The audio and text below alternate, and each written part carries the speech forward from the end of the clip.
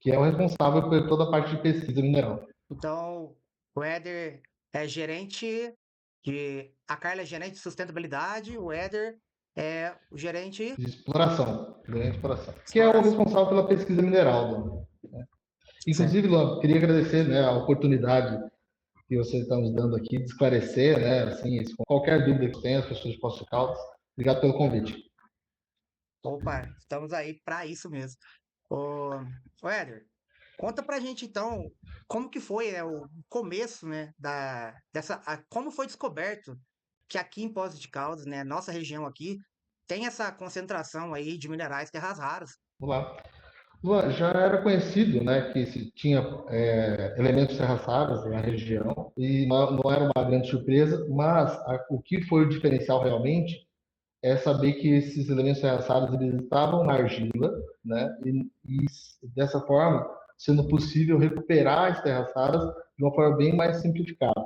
Né? Então já se conhecia, sabia que tinha nas rochas daqui da região, mas realmente essa sacada, né? Essa percepção de que era possível extrair da argila é que é algo muito mais recente, né? Foi percebido aí por um geólogo que trabalha numa das empresas aqui de mineração da cidade, e ele que teve essa percepção quando ele fez uma visita até a China, onde ele viu que era feito a extração das terras raras diretamente da argila, né? Que a gente chama argilas iônicas, as argilas que têm íons de elementos terras raros.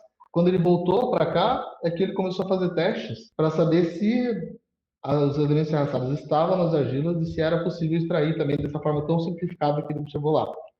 E sim, né, constatou que sim, e daí, né, a informação correu, né, e esse foi o grande ponto, né, então não foi descobrir que tinha elementos raçados propriamente dito, mas descobrir como que estava disponível nesse depósito aqui, né. Ô Éder, isso é um ponto que eu queria discutir e conversar com vocês, porque as pessoas às vezes elas não sabem, né? E acaba falando às vezes besteira. Como que vocês escolhem o local? Como que escolhe o local? É assim, aleatório? Não, tem um estudo específico para ver onde é o local que vai ser explorado, né? Porque a gente vê que o pessoal, principalmente lá do bairro, né, da Zona Sul, eles às vezes se sentem, como que diz, vou dizer, ameaçado com isso. Ah, porque é região pobre, é por isso, é por aquilo, e não sabe o verdadeiro motivo, o porquê que é escolhido tal região. Então, eu gostaria que vocês explicassem pra gente um pouco sobre isso aí. Claro, vamos lá, Luan.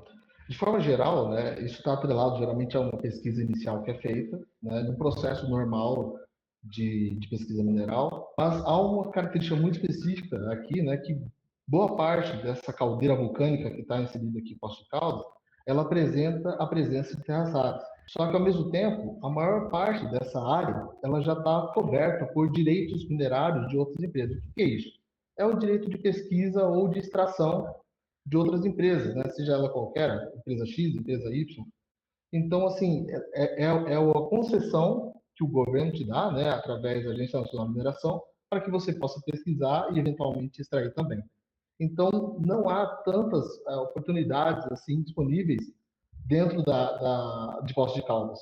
Se você pegar ali o mapa da ANM, né, da Agência Nacional de Mineração, ele está coberto já completamente de várias empresas que a gente tem aqui na região. Então, a Virid, ela buscou ver onde que tinha a possibilidade, né, de extração ou que não estava coberta por uma empresa ou negociando, né, foi assim, na verdade, que a gente conseguiu a maior parte dos direitos minerários, negociando com outras empresas que já tinham esse direito. Então, essas áreas, as quais a gente está fazendo pesquisa, foram as áreas que foram disponibilizadas para nós pelo governo e que elas não têm nenhum outro tipo de restrição, por exemplo, sendo uma zona urbana, esse tipo de coisa. Então não é assim aleatório, né? Eu não posso escolher eventualmente qualquer área. São áreas já que estão regulamentadas pela ANM e que são disponibilizadas através de concessões para qualquer empresa, né? Que seguir todo esse trâmite, no caso nosso da Verides. Então, para ficar claro, então não é a empresa que decide o local que ela vai explorar. É o Estado que disponibiliza essa área, certo? Assim, isso tem alguns fatores, né? Obviamente está atrelado a uma pesquisa. Então, primeiro você tem que ter o minério, né? Você tem que encontrar aquele mineral ali com potencial de extração, mas é realmente o que está disponível dentro desse universo de direitos minerários da Agência Nacional de Mineração.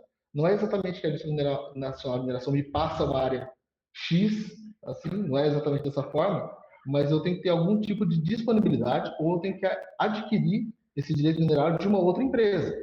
Então, é como se fossem vários lotes, né? E esses lotes já têm dono, entre aspas, sabe? Então, os lotes que já têm dono, a gente não consegue entrar, não consegue fazer pesquisa, ou a gente tem que negociar. E um dos lotes que a gente fez a negociação no caso, são esses os quais a gente está fazendo pesquisa. Então, não é tão assim, livre, né, a pesquisa como se imagina. É como se tivesse tudo já mapeado pela Agência Nacional de Mineração. Certo. Agora, em que pé vocês estão, assim, das pesquisas, né? Em quais licenças vocês já adquiriram? Como é feita essas licenças? Né? É feito pelo Estado, a gente sabe que essas licenças é feito pelo Estado. Se tem Uhum. gente capacitada Sim. que faz essas licenças para vocês atuar na área aqui. Tá, eu vou deixar depois que a parte da licença ambiental a Carla comente, eu vou falar da questão dos nossos direitos de pesquisa, né? Como eu te Certo? disse, né, nos foi aí concedido essas áreas para que nós pudéssemos pesquisar, e isso engloba uma série de responsabilidades, de entregas, de relatórios para a Agência Nacional de Mineração, inclusive para a gente poder justificar como que está a pesquisa e como ela está hoje. Nós fizemos já várias sondagens, né, várias campanhas de sondagem, e o que são sondagens? É realmente perfurações do solo para que a gente possa avaliar em profundidade se as concentrações de elementos terciários são economicamente viáveis.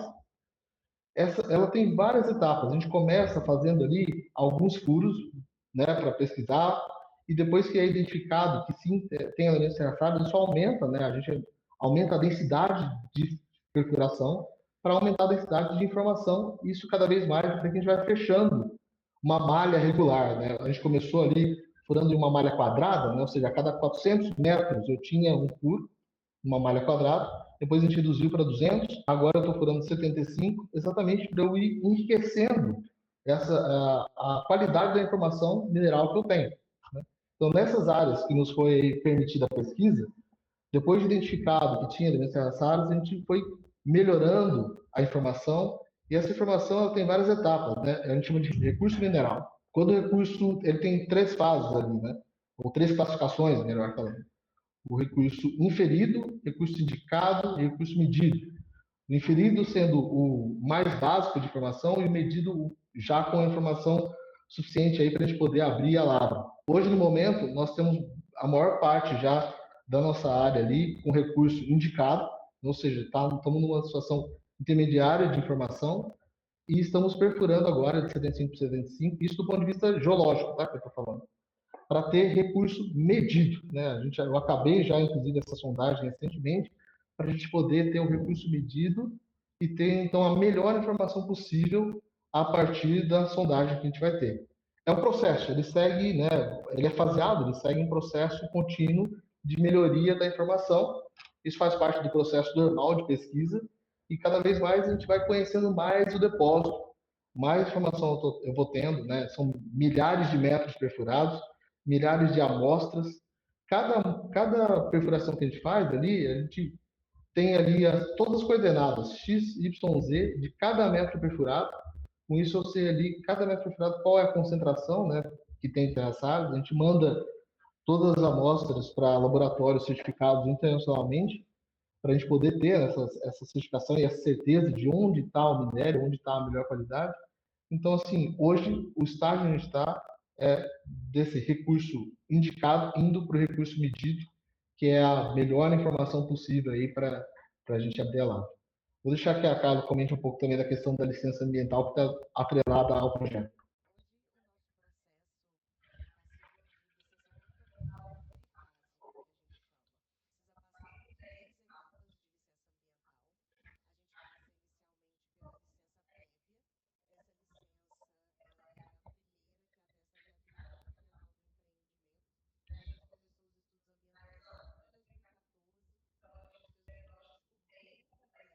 Perdão, Carla, 2024. 2024. 2024? Acho que foi 2024, 2014, já é. tava. O áudio seu? Seu áudio? Só um minuto aqui, deixa eu ver o seu áudio aqui, como é que tá. Sim. Eu estou escutando normal aqui, gente. Ô, Carlos, fala você agora. Oi, oi. Fala, Estão fala alguma coisa escutando pra mim, agora, Carlos. pessoal? Oi, Luan, boa noite. Ainda não. É, Mas eu acho que será que é agora. o áudio? Eu acho que agora Porque foi, eles me porque. escutam. Não, Vê é lá se porque deu agora. o teu áudio tava vindo pelo Deu? Ninja. Foi, deu certo, deu certo. Foi? Então vamos Problemas lá, pessoal, vou técnicos, começar mas de novo. voltamos aí, Ah, pessoal. faz parte. A gente Ô, vai se Carlos, ajeitando. A gente tem uma você assessoria fala. técnica aqui também. Ô, Não, que Carla, bom. só antes de você continuar, né? Só comentando também, né? Luan, a sondagem ela começou em 2023, né? Mais ou menos agosto de 2023, e desde então a gente tem sondado aí e conhecido mais o depósito aqui de Poços de Caldas desde então, né? Aí a Carla comentou de 2024, então assim, o Então, projeto com a sondagem começou em 2023. então já tem aí 3 anos de projeto, né? No caso. Isso, exatamente. Isso. E aí, a partir de 2024, então, junho de 2024, meio de 2024, a gente começou os estudos ambientais e a gente fez um diagnóstico muito completo para a gente instruir a nossa licença prévia. A licença prévia, ela atesta a viabilidade ambiental do empreendimento. A gente apresenta projetos conceituais no âmbito de engenharia, mas no âmbito dos estudos ambientais, a gente apresenta o estudo de impacto ambiental e o relatório de impacto ambiental, que são os estudos mais completos possíveis hoje para que a legislação solicita para o licenciamento ambiental. Então, a gente faz análises no campo, na área que a gente propõe a intervenção, e a gente faz coleta de água superficial, água subterrânea, a gente faz amostragem de animais, todos os tipos de animais, insetos, mamíferos, aves, para a gente saber um retrato do meio ambiente ali naquele momento. Vegetação, ruído. Então, a gente sabe como que o ambiente está naquele momento para eu poder avaliar, com a implantação do empreendimento, quais as possíveis alterações e impactos para a gente propor também dentro desses estudos, como que a gente vai diminuir a intensidade desses impactos e monitorar para demonstrar que eu estou efetivamente cumprindo o que eu propus. A gente apresenta esses estudos e o órgão ambiental vai colocar numa balança e vai falar, olha, essa balança está tendendo para o positivo ou para o negativo? Obviamente, se for para o negativo, essa licença vai ser negada. No nosso caso, Sim. eles analisaram e autorizaram essa licença em dezembro do ano passado. E você perguntou sobre a capacidade das pessoas, né? O órgão ambiental, ele possui técnicos de diversas áreas. A gente chama de análise multidisciplinar. Então, a gente teve no nosso processo uma equipe muito grande que tinha engenheiros ambientais, geógrafos, sociólogos, engenheiros florestais, biólogos. Então, são pessoas que têm diversas expertises e advogados. Então, eles analisam o processo como um todo para poder avaliar cada aspecto desse que a gente apresentou no diagnóstico. Agora a gente está na fase de licença de instalação, que é a licença que vai autorizar efetivamente as obras. Então, a gente apresentou aí, né, essa semana, praticamente, semana passada, os projetos executivos. Então, na licença prévia, a gente falou: olha, eu quero fazer mais ou menos isso aqui, e o programa, por exemplo, de monitoramento de qualidade da água vai ser mais ou menos nesse lugar. Agora não, a gente está falando de executivo. Eu vou falar: olha, eu vou monitorar a água, o rio, nesse ponto.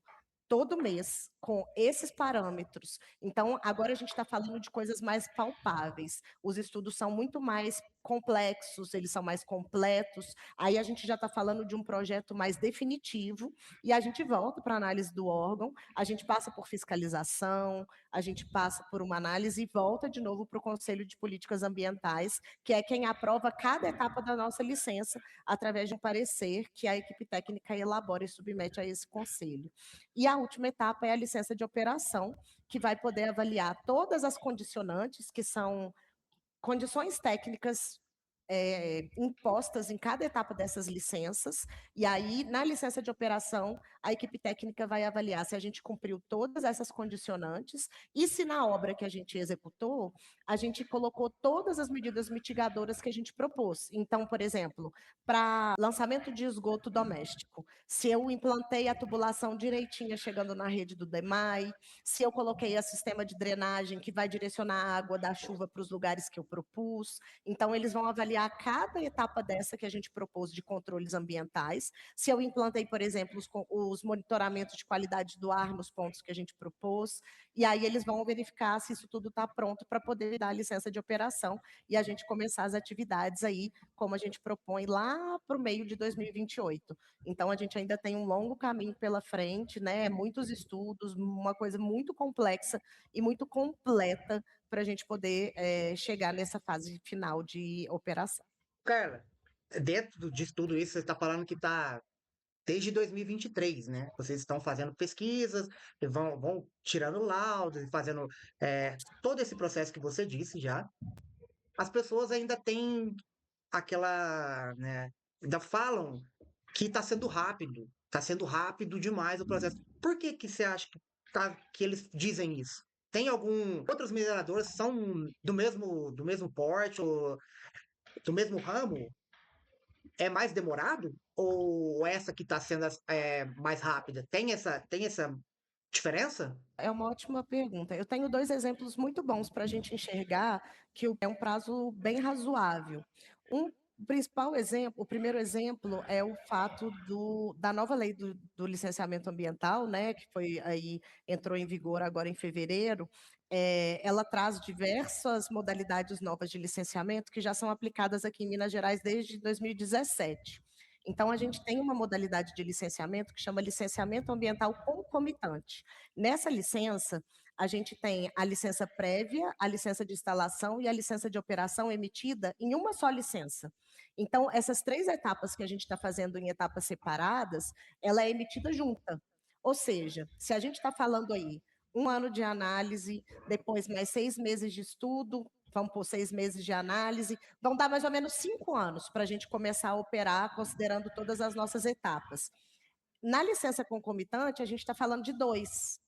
Então, a maioria dos empreendimentos, inclusive uma coisa que o pessoal fala muito, é que a maioria dos empreendimentos de Poços de Caldas são classe 4, etc., eles teriam essa licença concedida em 2 anos. Com menor Sim. discussão com a população, sem audiência pública em alguns casos, a gente teve audiência pública ano passado, então isso é um bom exemplo. E um outro exemplo, que eu acho, na verdade, é só um esclarecimento, não necessariamente um exemplo, são os prazos legais. A lei prevê os prazos de concessão da licença. Então, para a EIA-RIMA, que é os estudos ambientais que a gente instruiu a licença prévia, a lei já prevê que a análise é de 1 ano.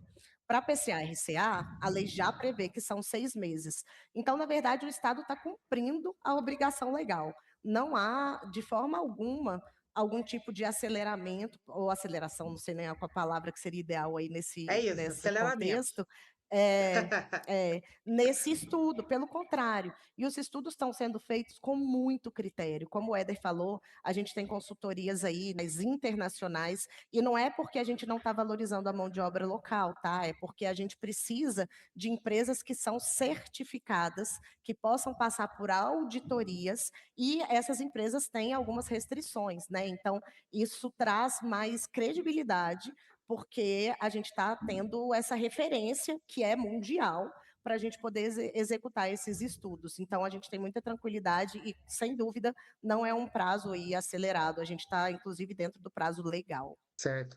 Cara, já que você entrou nesse assunto de, não está, que vocês não estão, né, deixando de valorizar a mão de obra local, existe alguma possibilidade de vocês fazer uma parceria já que eles falam tanto sobre, né, com o IF? Eu acredito que, cara, se existe questionamento, vamos trazer para dentro, né? Vamos convidar, vamos trazer para dentro, vamos dialogar, vamos mostrar e fazer o estudo junto, já que existe essa preocupação, né? Existe alguma possibilidade de que vocês possam fazer isso junto com o IF? Trazer, não é questão de Sem brigar, é dúvida. resolver o problema, né? Já que tem as A gente dúvidas, tem muito questionamento, interesse. vamos, né? Não é, Éder? É bom A estar gente tem junto, né? muito interesse O IF, inclusive, a gente tem funcionários que são formados no IF. O IF, no sentido ambiental, né? Vou falar da minha área, tem gestão ambiental, geografia. A gente já conversou, a gente já apresentou o nosso projeto para professores do IF.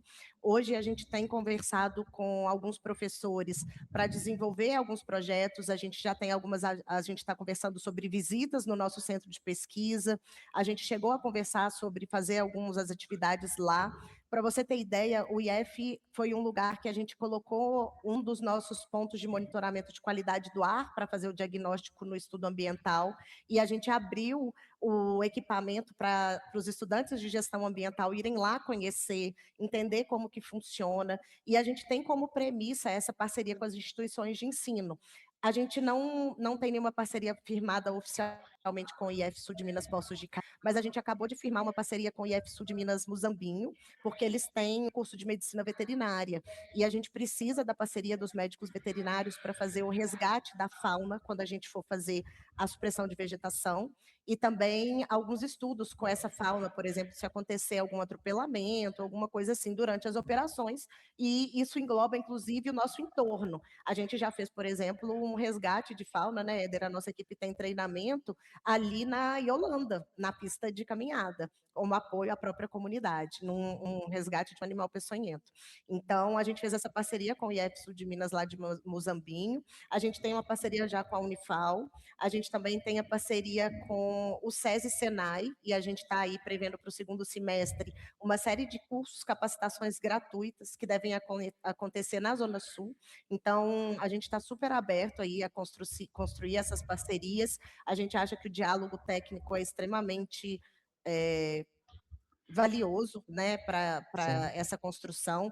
Inclusive, Vocês têm uma as parceria com o Senai, né? contribuições, Tem uma sim, parceria com o as Senai que vai contribuições ser feita cobradas também na são Zona muito Sul? boas. Pelo Exato. A nossa Senai para. expectativa é que no segundo semestre a gente tenha um curso técnico de mineração com o apoio do Senai na Zona Sul. Sim, então é É, mais uma instituição de ensino que vocês vão estar apoiando aí. Isso aí com certeza é muito bom. Falando, Ô, né, Luan, já que a gente falando um pode pouco, falar. só complementando em relação à pergunta que você fez aí da mão de obra, né? Para você ter uma ideia, quase a totalidade dos nossos engenheiros de Minas aqui da Verides são da Unifal. Então a gente Sim, prioriza, né, realmente ali a quem são as pessoas formadas aqui em Poços de Caldas são excelentes, têm tocado o projeto aqui, né? E também na busca por pessoas que têm alguma informação a mais de mineração, nós fizemos anteriormente também um curso chamado Trilhas da Mineração, né? Era um curso, inclusive, irrestrito em relação à escolaridade, qualquer pessoa podia fazer, para que as pessoas pudessem ter contato com a mineração, conhecer o que é. Assim, apesar de Poços de Caldas ser uma cidade que tem um histórico, né, de mineração muito forte, nem todas as pessoas conhecem esse universo, né? é Nós porque a gente abrimos. fala em mineração, a pessoa que é leiga, ela já pensa em Uhum, destruição. A verdade é essa, já lembra disso, né? sim, Complicado mesmo. sim. E nós abrimos esse curso, né, aconteceu já no passado, e inclusive nós temos pessoas que trabalham conosco hoje já que vieram desse curso, que não tinham a princípio contato com a mineração, tiveram esse contato, fizeram ali os processos seletivos, e temos aqui pessoas, inclusive da minha área, que trabalham vindos já dessa interação, desse primeiro contato, né? Certo. A gente estava falando ali da Zona Sul, né? É onde vai ser a área ali mais afetada, é a Zona Sul. E acho que o Uhum. ponto maior do questionamento do pessoal da Zona Sul é a proximidade ali, né? Com as casas e os local e tal. E eles dizem que a área mais próxima ali é da primeira casa, chega a 300 metros. Isso teria como dar uma arredada ali, que nem ela falou que no dia da visita, dar uma arredada mais para lá, ou não?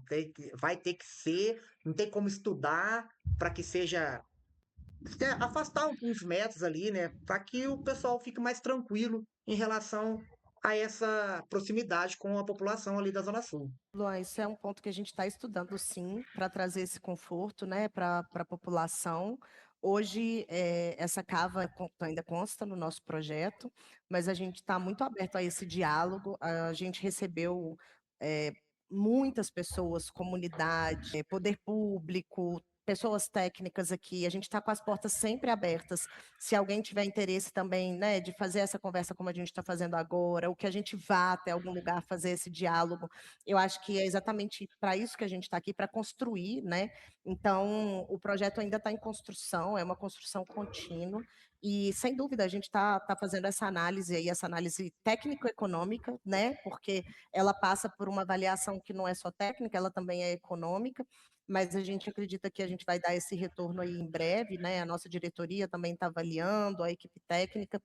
O que eu quero deixar claro é que os estudos que a gente tem feito, e aí tecnicamente ambiental, geotécnico, geológico, eles vêm para trazer a segurança que, independente da distância que a gente tiver, a população vai estar segura, no sentido de ruído, vibração, poeira. Então, tudo isso a gente está construindo para garantir a segurança da população. Mas a gente entende o desconforto, a preocupação, eu acho que é muito, muito legítimo, né? É uma atividade nova. Então, acho que a gente tem que trazer também esse conforto, não só no sentido de estudos técnicos, que são difíceis de entender, como também no sentido de sensibilidade aí, né, no sentido de sensação de conforto e segurança. Mas a gente deve trazer essa resposta aí em breve, a gente está analisando sim, mas de toda forma, os nossos estudos técnicos também trazem essa segurança como a proposta atual. Sim. Então, Só independente da. complementando, Carla, desculpa, Luan, toda hora eu tô te cortando Pode. aí. Não, pode. O importante é É, vocês aqui. Eu só tô. não, Pode, é que é o Éder. seguinte, assim, a gente fala 300 metros, né? 300 metros realmente ali é uma distância que assusta a princípio, mas isso não é inédito na mineração em relação à proximidade ali com a população, com o bairro, e que tenha um bom convívio. A gente se apega muitas vezes ali a maus exemplos, né, da mineração e a gente Sim, não mostra bons exemplos, mas isso não é tão incomum assim, inclusive até muitas vezes muito mais próximo, né? Quase ali a parede da casa já começa ali acaba e a convivência tranquila. Isso tem muito a ver, obviamente, com boas práticas, né, da empresa que ela vem exportando e também a questão de como que é o depósito mineral, né? Por ser um depósito ali que não vai ter nenhum tipo de explosivo, é um depósito muito tranquilo de ser extraído, vai ser um desponte mecânico, né, que a gente chama, que vai ser simplesmente uma escavadeira ali vai tirar a argila, né? Então não tem uma grande movimentação de poeira, esse tipo de coisa, sabe? Claro que tem, né, os impactos e eles foram analisados e continuarão a serem analisados, como comentou a Carla, mas tem essa questão, né? Assusta essa distância, 300 metros, mas isso não é algo inédito, assim, na boa convivência da mineração com a população. É que tudo tem o modo, assim, correto de se fazer, né? Sem causar esse desconforto tanto, e tem um modo ruim. Mas a Avenida tem se proposto aí a fazer da melhor forma possível, até por isso nós buscamos as melhores consultorias aí, não só do país, mas na verdade até do mundo, para que a gente tivesse as melhores práticas realmente dessa situação. Até porque é um projeto É. bastante visado de forma geral, né? Tem um ponto sim. extra também, Éder, que as pessoas enxergam muito a linha reta, né?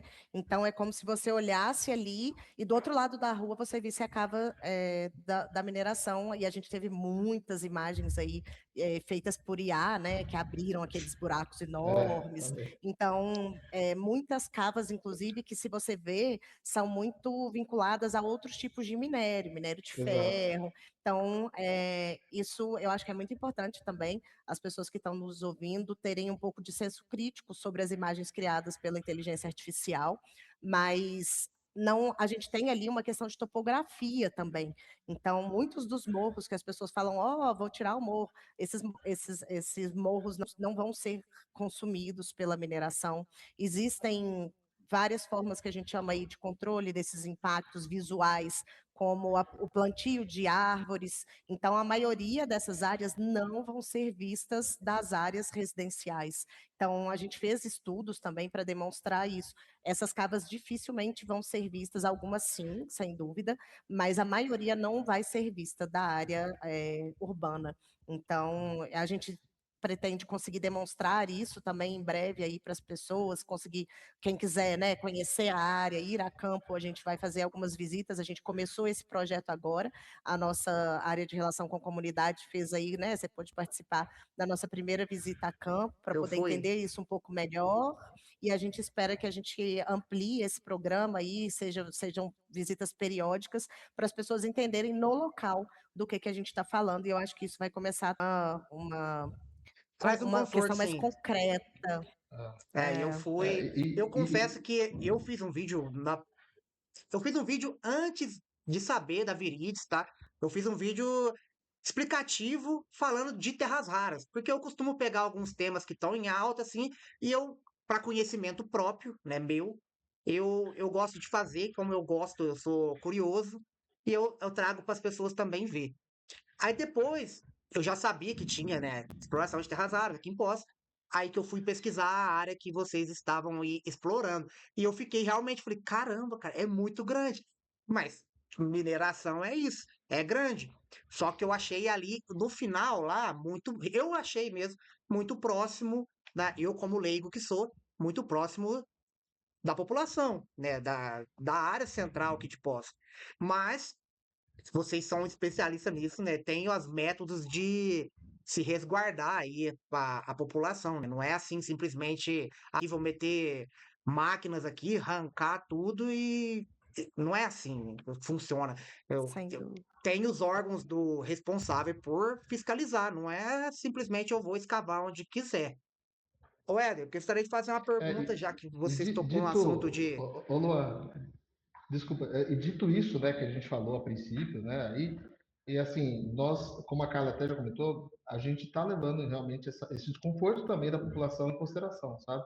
Nós Sim, entendemos, né, essa preocupação e esse desconforto e é algo que a gente está realmente avaliando internamente para também a gente não quer causar nenhum desconforto assim excessivo aí na população, sabe? A gente quer ter uma boa convivência, obviamente com a Zona Sul ali e mostrar para eles que a Viridies veio para agregar de fato, né? E não para causar um distúrbio na vida deles ou na vizinhança. sim. Ué, vocês falaram de. As pessoas acham que às vezes vão arrancar uma montanha e para mineração, né? Mas quando as pessoas é leiga, é igual a guerra da vacina. Eu dou muito exemplo da guerra da vacina, que é as pessoas não sabem o que é vacina, entendeu? E é uma coisa boa, às vezes é boa, só que elas não procuram o conhecimento. E às vezes acaba que ouve qualquer coisa e sai falando as coisas. Quantos metros o máximo ali que vocês vão estar escavando? Tá? Então, são cavas, né, que a gente chama, que são os buracos ali que o pessoal fala, de mais ou menos na média 22 metros de profundidade, até um máximo ali de 40 metros. E para mineração, isso é muito raso, né? É considerado bastante superficial. E o mais importante disso é que é o seguinte: o pessoal acha que todos os buracos vão ficarem abertos, em definitivo, e tudo ao Sim, mesmo tempo, e não é bem assim, né? Tem todo um processo de abertura e fechamento desses buracos, dessas cavas, né, que a gente chama, eles vão ser meio concomitantes. Você está ali abrindo de um lado e já está voltando o material, né, num processo que a gente chama de backfill, e preenchendo a cava novamente. Então a gente estima ali que cada cava vai ficar entre 1 ano e meio aberta só, né? E não vai ser tudo ao mesmo tempo, vai ser setorizado. Então não vai ter todo esse impacto visual que muitas vezes as pessoas pensam, né? E que tem essas montagens de inteligência artificial, como a Carla comentou. Mas não, a gente vai estar, as cavas elas vão ser bem controladas, porque elas conforme vão sendo abertas de um lado, já vão sendo fechadas do outro, para que a topografia, depois desse 1 ano e meio mais ou menos, ela esteja exatamente como era a princípio, né? Então, assim, ela vai retornar, inclusive ali com possibilidade de plantio novamente, de cultivo, né? Conforme era originalmente. Então, não é todo esse impacto como se pensa, né? Vai ser muito mais restrito, setorizado e localizado. certo. O que a gente vê nas fotos lá, né? Nas fotos mesmo, tem as cavas separadas. Aquilo lá são os terrenos separados, então vai ser cada cava ali de uma vez. Não vai ser todas de uma vez que vai ser rasgada. Então vai ser É isso, pega uma exatamente. parte, escava e no final, a hora que estiver acabando, já vem retornando o material, fechando? Ou já vai escavando e fechando? Então, é isso mesmo. Assim, a gente vai abrir um espaço, né, ali entre um lado da cava e outro, onde a gente vai estar retirando o material e do outro a gente vai estar retornando.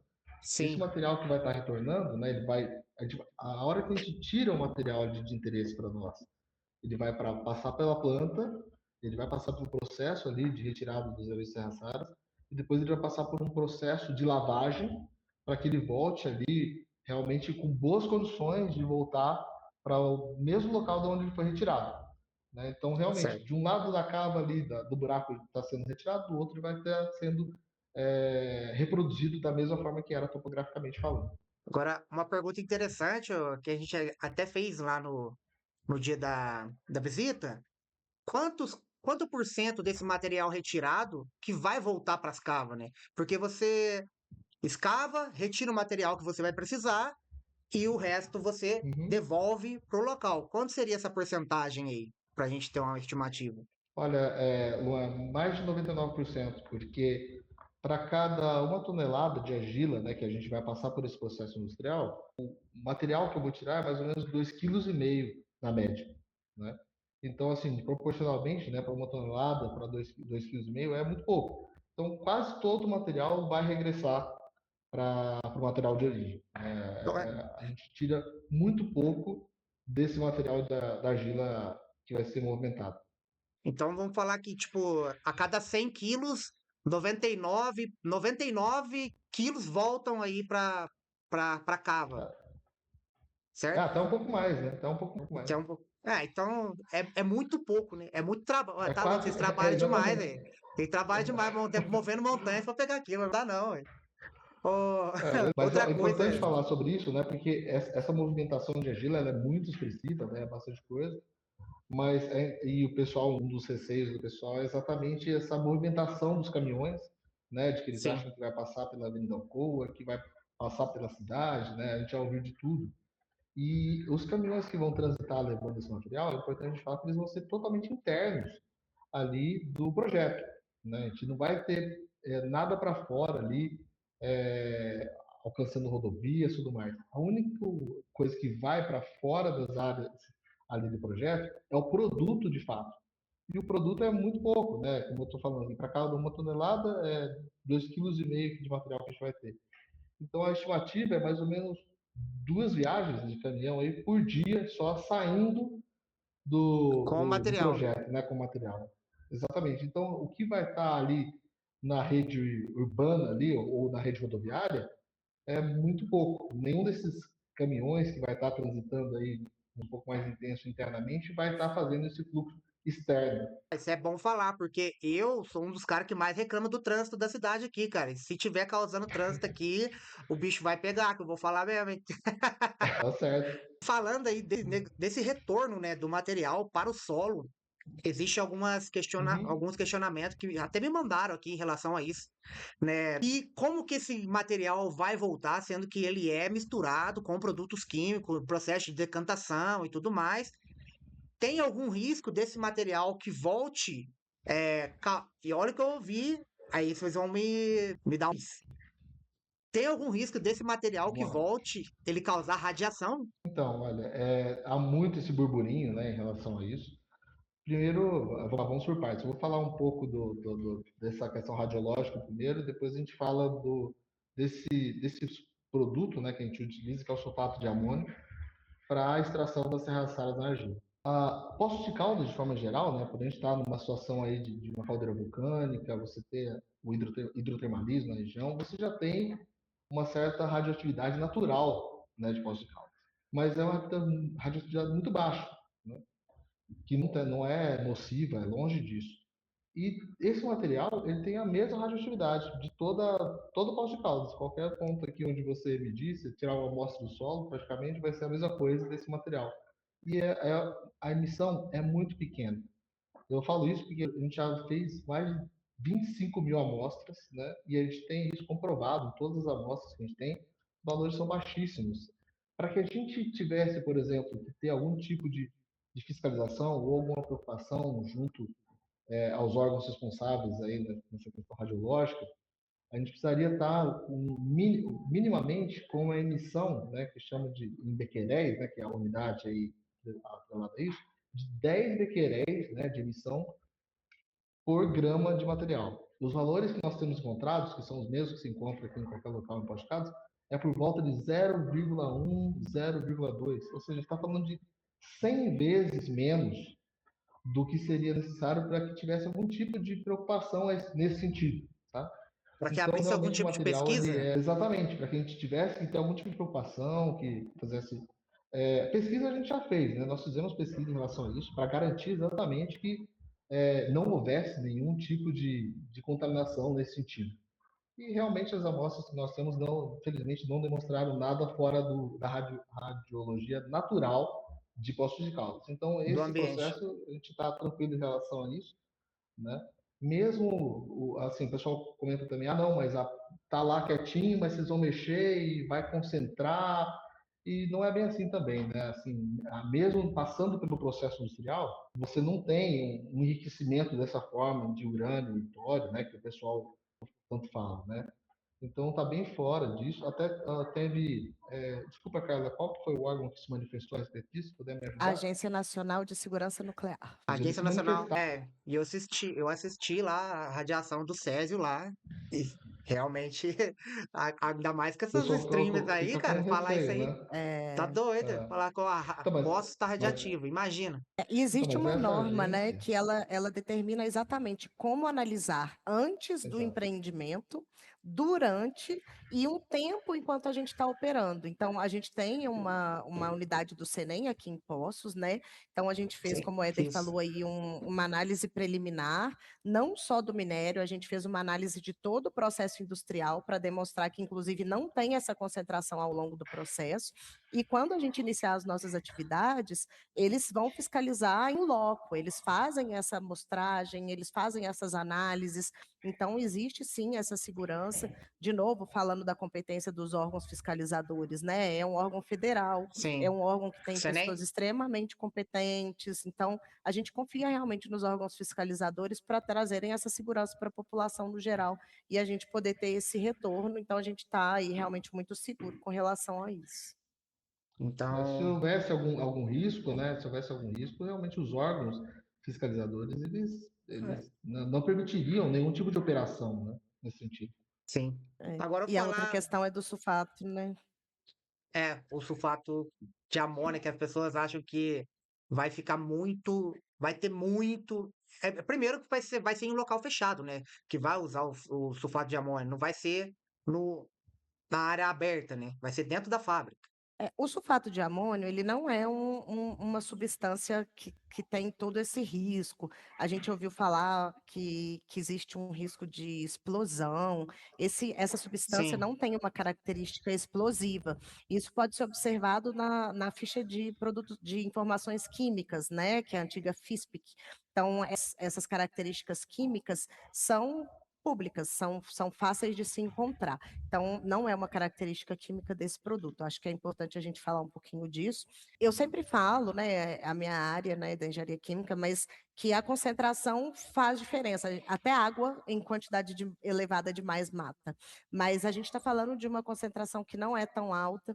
O sulfato de amônio é um reagente que é utilizado, inclusive, em indústria alimentícia, em indústrias de fertilizante, mas, obviamente, a questão principal é o nosso controle sobre esse reagente dentro do processo. Então, o nosso principal diferencial é que o nosso processo é 100% fechado. O que isso significa? Todo o reagente fica dentro do processo. A gente usa, obviamente, uma quantidade nova de reagente, porque ele precisa ser reposto ali periodicamente, e a argila, que depois que passa por esse contato com o reagente, a argila que passa por esse contato, passa por um sistema de lavagem. Então, ela vai ser lavada várias vezes para a gente tirar todo esse residual do reagente antes de voltar com essa argila para a cava, depois de passar por um processo de filtragem.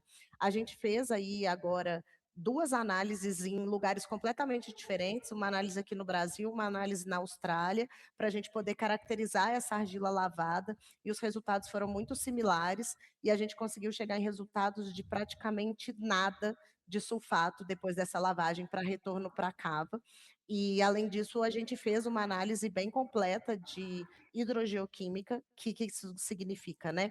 É uma modelagem que a gente simula vários cenários para a gente entender como que esse reagente, se em algum momento ficar lá naquele rejeito, ele se comportaria no ambiente. E os resultados foram muito seguros, né? A gente sabe que, além de não chegar nenhum residual de reagente nessa cava, ele não traria nenhum impacto negativo para o solo, para a água subterrânea. Então, isso também é mais um ponto aí que a gente vai começar a explicar melhor, né? Esses estudos são muito recentes, é a primeira vez que a gente está falando sobre eles, né, Éder?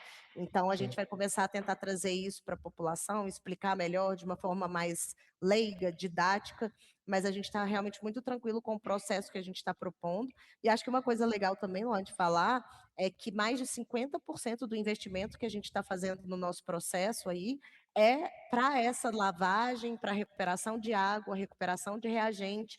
Então, não é para o processo comercial em si, mas é para a parte de sustentabilidade efetivamente do processo. Certo. Ô, Luan, uma coisa que eu acho que é interessante falar também é que, por exemplo, toda essa metodologia e esses parâmetros também, né, de devolução do material para as cavas, né, do material para passar pelo processo industrial, não partem da cabeça do Éder ou da Carla, né? Isso tudo tem normativa, né? Então a gente segue as Sim, normativas aqui do Brasil, inclusive algumas muito atualizadas, né? Então tem uma normativa que a gente está seguindo agora que é de 2024 agora, então é algo recente, bem atualizado, bem embasado também. Né? Então, não é algo que sai se deixa nas cabeças. A gente segue toda a normativa conforme o padrão, tá? mas isso é muito importante falar, o Hélio, porque as pessoas acham que, às vezes, a empresa que ela que dá os laudos, ela mesma faz os laudos dela, e não é assim. Existem os órgãos brasileiros Exato. que vai inspecionar essas coisas, não é? Vocês pegam a amostra e levam, vocês, como empresa, o que é exigido de vocês, vocês levam, né? Não é assim? Não é você que Sim, é isso sai mesmo. não é a empresa que decide como vai ser. Ela segue as normativas que o Estado exige. Então, tem que realmente entender isso. E agora, se querem colocar outras normativas, vocês vão ter que acatar. É assim, infelizmente. Não, né? Felizmente, que aí as coisas realmente Felizmente, né? se Felizmente, alinham, né? né? Felizmente, Felizmente. porque. E É, outra coisa, as regras são feitas porque existe a exploração. Se não existisse a exploração, se não existisse como fazer esse tipo de coisa, não teria aí órgão, né, ambiental, não teria esses monte de órgão que a gente tem para fiscalizar as empresas, né? É aquilo, até a gente conversou sobre isso, Luan, quando você esteve aqui na Leads, né? As pessoas se apegam muito aos maus exemplos e alguns são muito do passado, inclusive. Minerações que vêm, inclusive, antes da Constituição, né? Sim, Era uma situação governamental, uma situação ali de normativa muito diferente, né? Hoje não, hoje você tem órgãos competentes, com profissionais extremamente qualificados, com normativas sérias, assim. Então, esse processo, né, que está atrelado à mineração, ele é muito sério, muito rigoroso. sim. Ô Ed, cara, eu gostaria de falar sobre a Carla falou sobre o processo de lavagem da argila, e que é um outro questionamento também que as pessoas mandam e perguntam, fala bastante, que é a questão da água, que, né, essa água que ela vai ficar lá indo e voltando, ela, por esse processo de bombeamento, né, que ela tem um ciclo, né, fica em looping, vocês não vão usar tanta água assim quanto as pessoas esperam. Mas eles acham que essa água, uma hora, vai ter que voltar para o solo. E qual seria a qualidade dessa água a hora que ela voltasse para o solo aí? Legal, Luan. Então, eu até vou fazer uma ressalva também que eu acho que é interessante. A quantidade de água que a gente está propondo de captar como água nova reduziu 30% da nossa proposta na licença prévia para licença de instalação, demonstrando como que essa evolução do projeto de engenharia faz diferença, né? A gente tinha proposto uma captação de 100 metros cúbicos hora na L3, e agora a gente diminuiu para 70, então é uma redução significativa. E esse valor, esse volume, é um volume que está dentro do volume que já é autorizado para captação ali nos açudes que existem para uso agrícola. Então, não vai ter alteração nenhuma no regime que já existe na área, né. Com relação à qualidade da água, o que que acontece? Essa água que fica em sistema fechado, ela parte dela volta como argila, né, na própria umidade da argila. Então, como o Éder falou, a gente tem que ficar monitorando a qualidade desses sólidos toda vez que ele volta para a cava, de acordo com as normativas. Então, parte dessa água volta na umidade da argila. E, eventualmente, se a gente precisar fazer algum descarte de efluente, o que a gente está prevendo hoje é uma cristalização. O que que isso significa? Eu vou pegar uma quantidade de água que vai ser muito pequena, porque a gente chama de purga, né? Então, é aquele descarte esporádico. Alguma manutenção, alguma questão nesse sentido. Sim, Eu vou reservar num tanque, e aí eu vou evaporar essa água, aí a evaporação da água ela sai totalmente limpa, é vapor de água, e aí o resíduo sólido eu descarto, né, devidamente, eu posso mandar para um aterro industrial, eu mando para um descarte correto com o que sobra. Então, não há lançamento de efluente para os cursos d'água. O único possível lançamento de efluente é a água de chuva, e com todo o cuidado para que essa água seja destinada limpa. Então, realmente, a gente tem todo esse projeto e esse planejamento para garantir que não haja lançamento de efluente industrial no curso d'água. certo. Então a água vai ser, evaporada, no caso. Caso tenha manutenção, alguma tenha que utilizar essa água, retirar da manutenção, vai ser por evaporação, certo? Exato. E uma coisa que é interessante também, a gente tem agora, né, nos nossos estudos os programas ambientais, mas a gente já está fazendo o monitoramento de qualidade das águas superficiais. Então, a gente tem mais ou menos 12 pontos de monitoramento. Então, desde novembro do ano passado, a gente já tem acompanhado como que a qualidade da água dos rios ali da região varia de acordo com o tempo. Todo mês a gente faz uma coleta para a gente entender se há alguma alteração, se há a influência da chuva ou de alguma atividade local. Então, a gente está criando esse histórico, né, que hoje o município não possui, para a gente entender como que essa qualidade da água aí varia de acordo com o tempo, a qualidade e a quantidade. Então, essas informações aí vão ser muito úteis para a gente também a longo prazo, e aí talvez até a própria prefeitura e o DEMAI, a gente disponibiliza esses dados publicamente, né, para todo mundo, possam usar esses dados aí para políticas públicas, para os demais usos, na própria região da Zona Sul. Certo. Ô, cara, essa água que vocês vão usar para mineração, ela é dos próprios lençóis freáticos ali da região, né? Na verdade, ela é a água superficial. Então, eu não posso falar que não existe uma comunicação, porque no final todas as águas se comunicam, mas a água do lençol ela seria bombeada, então seria captada através de poços profundos. Não é essa água que a gente vai usar. Essa água que a gente vai usar, ela é de açudes já existentes, que Açudes hoje da são região. utilizados para irrigação na agricultura. Então, essa água que a gente vai utilizar, ela é desses açudes. E a água da própria fábrica seria fornecida por DME, pelo DME. Exato. A Certo, água potável, né, a água para uso humano aí, administrativo, pelo DEMAI. certo. Queria ver aqui, ó, pessoal, se eles têm alguma pergunta para eles fazer para vocês, né? Se tiver alguma pergunta aí, pessoal, pode fazer que a gente vai estar lendo aqui no momento. E outra coisa também que eu gostaria de perguntar, quanto aí que de pessoas da cidade, né, que a mineradora vai estar contratando, qual é essa porcentagem, quanto será o efetivo de vocês na mineração? O nosso objetivo é priorizar a mão de obra local. Então, se a gente conseguir todos da região, a gente vai contratar a maioria da região, né. A nossa meta é no mínimo 80% de mão de obra local, e a gente está inclusive investindo nessas capacitações para isso, né, para a gente poder garantir que a gente tenha a mão de obra capacitada que a gente precisa aqui da região. A gente tem uma estimativa de entre 400 e 450 funcionários para a etapa de operação, e a gente esses são, o quantitativo de funcionários diretos. Então, a gente estima que para cada funcionário direto, a gente tem até 5 funcionários indiretos. Então, a gente chega a quase Sim. 3 mil funcionários indiretos na fase de operação, e para a fase de instalação, a gente está falando aí entre mais ou menos 2 mil funcionários diretos e indiretos. Então, se as pessoas aí que estão nos ouvindo têm interesse, né, de cadastrar o currículo, de participar das nossas capacitações, a gente tem lá no nosso Instagram um link, e aí lá tem o cadastro de currículos, tem o nosso contato, tem o cadastro de projetos sociais também. Então, a gente lançou um edital na última semana para projetos esportivos e projetos de cultura, e são 12 projetos de até R$ 28.000, com priorização de projetos da Zona Sul. A gente também tem uma chamada contínua que passa por uma comissão de apoio e patrocínio aqui. Então, a gente realmente está querendo se aproximar o máximo possível da população, da comunidade. E a Carol, que é a nossa supervisora aqui de relação com a comunidade, fala uma coisa que eu acho que é o mais importante.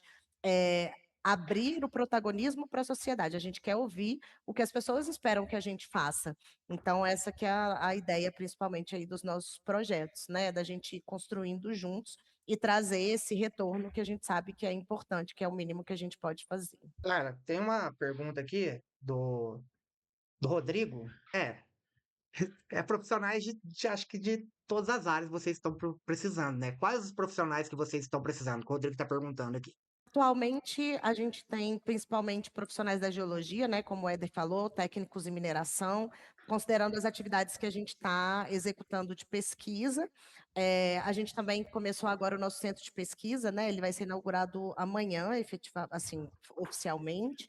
Então, a gente tem muitas vagas ainda de administrativo, a gente tem vagas, né, a gente tem área ambiental, segurança do trabalho, todas essas áreas ainda mais, vou falar de base. Para a fase de instalação, a nossa expectativa é ter um grande quantitativo de construção civil. Então, operação de máquinas e equipamentos, pedreiros, carpinteiros, marceneiros, eletricistas. Então, esse vai ser o grande quantitativo, provavelmente, para a nossa licença de instalação. E também, obviamente, aí a gente entra já com administrativo, técnico de segurança, técnicos ambientais, todos isso como apoio, né? E também a parte de engenheiros civis, engenheiros geólogos, engenheiros de minas, que vão trabalhar aí no planejamento e na construção do projeto. Para a fase de operação, grande parte da nossa mão de obra provavelmente é o técnico em mineração, né, Éder? Então, por isso a gente está querendo começar essa capacitação logo quanto antes, porque é pelo menos 1 ano e meio de capacitação. Então, esse é a nossa principal mão de obra para toda a fase de operação, porque esse técnico, né, essa pessoa que vai ser operador, pode ser operador de mina, pode ser operador da planta de beneficiamento, químicos, técnicos em química, laboratório, engenheiros químicos, e aí a gente volta de novo, né, para mecânicos, manutenção, operador de máquina, equipamento. Então, são as principais funções que a gente tem na mineração como um todo. Topógrafo, né, que eu não falei. Então, é uma lista aí bem grande. Pessoas que não são dessa área, que também tentem se capacitar e podem ser uma área de área suporte, né? Por exemplo, pessoas para oferecer refeição, para oferecer acomodação, hotelaria. Então, também podem nos procurar, a gente também está aí com alguns projetos de construir capacitação para essas áreas de suporte e incentivar o empreendedorismo local, principalmente na Zona Sul, para construir esse apoio aí que a gente vai precisar ao longo das atividades. Ô, Lua, Certo. quando nós começamos as atividades aqui, né, nós percebemos uma carência realmente desse profissional, que é o técnico de mineração, né? Mesmo aqui, Poços de Caldas sendo uma cidade com esse histórico de mineração, como a gente já comentou, né? E é um profissional muito versátil, né? Ele tem um range de atuação muito grande, desde da ponta ali da pesquisa até dentro realmente da operação, no dia a dia da mina, dentro também do parque fabril ali, né, da parte industrial. Então, esse é um profissional muito versátil, que tem Técnico, né? O poucos aqui na técnico. região, né, o técnico em si, e o range é muito grande do que ele pode fazer. Até por isso que a gente propôs, né, da gente ter o curso aqui, né, em Poços de Caldas, para que a gente pudesse ter esses profissionais do futuro aqui da Brides, da operação da Brides, vindo daqui, de Poços de Caldas. A gente não tivesse que trazer de fora esse profissional, que a gente vai ter muito É, uso. E, inclusive, não só na Verides, né? A gente tem também outras empresas aqui que se beneficiariam de ter esse tipo de profissional, né? Tem também, assim, a Tem gente não pode bastante deixar de minerador comentar, aí, né? tem a Meteoric, né, também, né? Tem muita mineradora, tem a Tem Meteoric também, que também Curibaba, está se tem instalando várias. na região, exato. Então, esse é um profissional que tem muito valor dentro da mineração, assim, de forma geral, um range muito amplo, com muitas possibilidades. E lembrando também que a Viridis não é só uma empresa nacional, não é, quer dizer, ela não é uma empresa nacional, né? Ela é uma empresa multinacional que você vai ter aí Uhum. uma visibilidade internacional. Pode vir aí ser contratado para fora, que muita gente está querendo ir para fora desse país. E a verdade é. E a gente Pô, está construindo um plano de carreira, né? A nossa ideia é exatamente essa, sim, é que as pessoas estejam dispostos a se capacitar e começar a trabalhar com a gente para construir uma carreira, para ir crescendo. A gente tem vários funcionários que são técnicos e estão cursando curso superior à noite. Então, a gente realmente acredita que a pessoa crescer junto com a empresa, né? É um sim, ganho muito grande. Nós temos muitos jovens, o Éder falou dos nossos engenheiros, né? A gente tem muitos engenheiros que começaram já como estagiários, é uma empresa nova, e mesmo assim as pessoas entraram como estagiários, assistentes, analistas, e estão chegando aí na função de engenheiro. Então, realmente, é uma empresa que está disposta a investir nos profissionais e apoiar esse crescimento. a gente está falando de um investimento bem alto, né? Tipo, 1,5 bilhão. Então, vai agregar muito para a cidade. Só que a gente tem que ter esclarecimento, né? Eu acho que quanto mais informação levar para a população, melhor. E trazer a população realmente para abraçar a empresa, né? Porque não adianta nada a gente brigar sem saber. Acho que a informação tem que chegar. E as pessoas que estão aí contra, né? Procurar informações, ver a live. Eu vou fazer uns cortes aqui também da live, das informações, para levar não só a live, quem não viu assistir também, né? Os esclarecimentos de vocês. E gostaria também que o pessoal do IF, né? Eles até me perguntaram aqui se vocês teriam a disponibilidade de fazer uma live com eles. Mas eu acredito que não precisa ser uma live, né? Vamos, marca uma reunião com o pessoal da Virides. Quem tá contra, bate um papo e chega num acordo que as coisas fiquem boas para todo mundo. Não adianta ficar um lado latindo do outro e as coisas não se resolver. Não é verdade? Tem que É. chegar e. Eles são profissionais muito gabaritados, né, Luan? A gente respeita muito, é uma Sim, instituição muito respeitada. Eu sempre falo, inclusive, que contrapontos são construtivos, a gente precisa disso. Mas a gente tem que entender que também que são esferas diferentes. A esfera da pesquisa e a iniciativa privada se complementam, mas são esferas diferentes. Então, eu acho extremamente válido, a gente está super aberto, vai ser um prazer participar dessa conversa com eles. A gente não chegou a ser convidado, né, para nenhuma discussão técnica. Até hoje a gente foi ao IF, apresentou para os professores o projeto, mas assim, nenhuma mesa redonda, nenhum evento técnico específico a gente não chegou a ser convidado. Mas assim, a gente está super, super disponível, eu acho que é muito válido.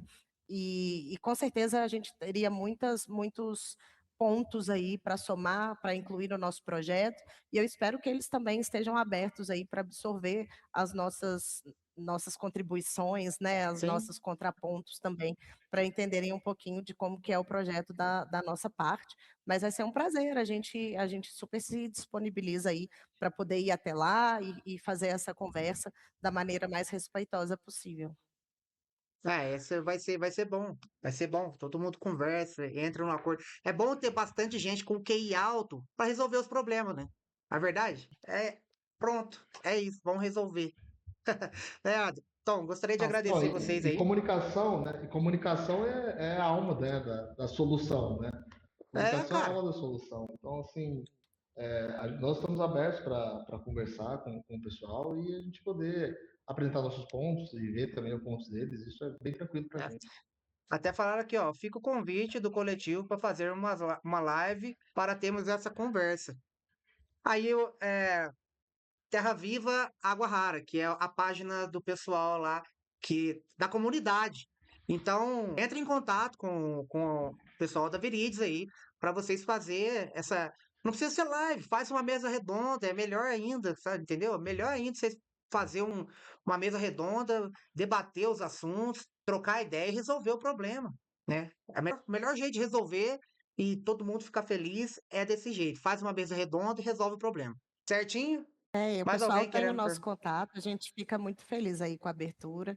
Eu acho que é bem por aí, né? A gente conversar e somar, né? Eu acho que é por aí, principalmente para tranquilizar a população e deixar todo Sim, mundo tranquilo com relação ao projeto, sem pânico e com conhecimento aí nivelado. sim, sim. Então, aí, ó, o pessoal da Terra Viva Águas Raras tá aí, ó, totalmente aberto aí para conversação com vocês. Eu, Éder, gostaria de agradecer você e a Carla. Gostaram do bate-papo? Foi bom para vocês, as perguntas aqui? Não, foi excelente, Luana. Eu agradeço também imensamente aí a oportunidade. Foi muito bom. Estamos abertos, inclusive, para fazer mais vezes aí, se for o caso. Conversar com você Não? foi excelente, cara.